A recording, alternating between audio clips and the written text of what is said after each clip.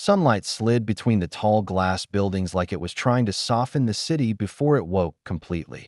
Morning traffic glinted across windscreens in slow-moving rivers of steel. A bus sighed as its brakes hissed at the corner.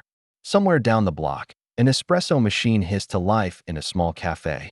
Steam drifting into the bright air as coins clattered on a counter. At the edge of that brightness stood Eli Carter. He adjusted the collar of his faded brown coat, squinting as sunlight hit his eyes. The coat had once been thick. Now it was threadbare at the elbows. His shoes, 2 sizes too big, tapped softly against the courthouse steps as he shifted his weight from foot to foot. Footsteps echoed on concrete. Lawyers, clerks, people with polished shoes and pressed suits. Their voices blended into the city's steady hum. Eli watched them pass. Most didn't see him, a few did, and looked through him anyway. Across the steps, a woman in her 60s slowed. She held a paper cup of coffee, steam curling into her face. "You all right, love?" she asked gently. Eli nodded. "Just waiting." She followed his gaze to the courthouse doors. "Got business in there?" "Supposed to," he said. Her eyes softened. "Good luck." Then she was gone. The courthouse doors opened again. A group of reporters exited, their voices sharp in the bright air. High-profile trial today. Embezzlement. Corporate fraud. Company collapsed overnight. Eli swallowed hard. Inside his coat pocket, his fingers brushed the edge of a cracked phone screen. He didn't pull it out. He didn't need to. The bailiff stepped onto the steps and lifted his voice. "All witnesses for the Walker case, proceed inside." Eli moved. Every step up the stairs felt louder than it should have. His worn soles slapped against polished stone. The daylight behind him framed his silhouette as he crossed the threshold. Inside, the hallway echoed. The brightness continued through tall windows lining the corridor. Dust motes floated lazily in the sunbeams like they had nowhere else to be. People stared now. Not openly. Not for long. But long enough that a young man in a navy suit leaned toward his colleague and murmured something. They both glanced at Eli, then quickly looked away. At the end of the hall, double doors stood open. Inside, the room glowed with soft daylight. Sunlight washed across the wooden benches, caught on the brass fixtures, and settled against the raised bench where Judge Helen Brookshire sat, composed, silver-haired. Immaculate in her black robe, the jury sat in quiet anticipation. At the defense table sat Richard Walker, former CEO of Walker Dynamics. Impeccable suit, perfect posture, hands folded calmly. At the prosecution table, assistants shuffled papers. Eli approached the witness seating area. A clerk looked him over. "Name?" "Eli Carter." The clerk checked a list. "Occupation?" Eli hesitated. "None, currently." The clerk paused, then marked something. The defense lawyer, sharp-suited, late 40s, turned slowly. His eyes flicked over Eli from head to toe. Something unreadable crossed his face. Judge Brookshire adjusted her glasses and glanced down. "Mr. Carter, you are listed as a witness." "Yes, Your Honor." Her gaze lifted. It lingered. Not cruel, not kind, simply appraising. "You understand the seriousness of testifying before this court?" "Yes, ma'am." The defense attorney stood. "Your Honor, may we approach?" She nodded. They whispered at the bench. The prosecutor frowned. The judge listened. Then she looked back at Eli. Her tone was controlled, but distant. "Mr. Carter, do you have any verifiable employment records, affiliations, or documentation relevant to this case?" "I delivered building maintenance at Walker Dynamics. Overnight shifts. Contract work through a temp agency. A few years back." The defense attorney scoffed softly. "And do you have documentation of that?" "Not with me." Judge Brookshire folded her hands. Silence stretched. The hum of the city filtered faintly through thick glass. "It is the opinion of this court," she said carefully, "that without proper documentation, your testimony holds minimal legal weight. At this time, you are dismissed." A ripple moved through the gallery. Eli blinked. "Your Honor, please." "I saw." The gavel struck once. "Bailiff." 2 uniformed officers stepped forward gently. Professionally.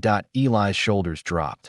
Not in anger. I in something worse, understanding. As he turned, the courtroom felt painfully quiet. Quiet after a harsh statement. His footsteps echoed again through the sunlit hall. Outside, the brightness felt crueler now. Across the street, Pigeons hopped through sunlit puddles from a light, overnight drizzle. Rainwater shimmered on pavement. Life continued. Eli stood at the base of the courthouse steps, his figure small against the wide sky. For a long moment, he did nothing. Then he reached into his coat pocket and pulled out his cracked phone. The afternoon sun had climbed higher by the time. Eli reached the café. It sat on the corner opposite the courthouse, small, narrow, and always warm with daylight. The windows were wide, uncurtained. Inside, sunlight spilled over wooden tables and drifting steam. Behind the counter, Maya Torres wiped down the espresso machine. Her hair was tied up. A streak of flour dusted her cheek. She looked up as the door chimed. Eli hesitated in the doorway. Maya smiled. "Hey, you're back." "Yeah, guess so." She poured him a coffee without asking. Set a pastry beside it. "On the house." He blinked. "You don't have to, I know." Sunlight caught on the rim of his cup. He wrapped his hands around the warmth. Across the cafe TV, muted news footage played. Live coverage. Walker case. Maya followed his gaze. "That trial you were talking about?"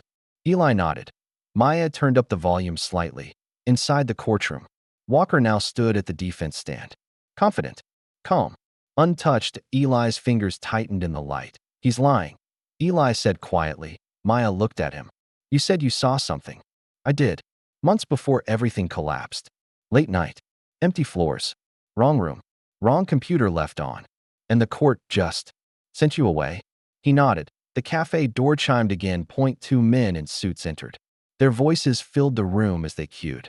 "Stock market chatter. Corporate gossip. They'll never touch him," one said. He covered his tracks too clean.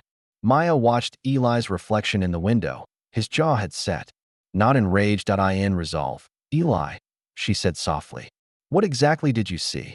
Eli hesitated. Then he unlocked his phone. The screen lit up with a spiderweb of cracks. Months ago. He hadn't been brave, but he had been curious. He turned the phone toward her. Video. Walker. Alone. In the office after midnight. Transferring files between disguised accounts. His voice clear in the quiet room. "I bury it tonight. By morning, the trail disappears." Maya inhaled slowly. That's everything." Eli's eyes stayed on the screen. "I tried to give it to the police back then. They said it wasn't enough. I tried to give it to the company. They canceled my contract." Silence fell between them.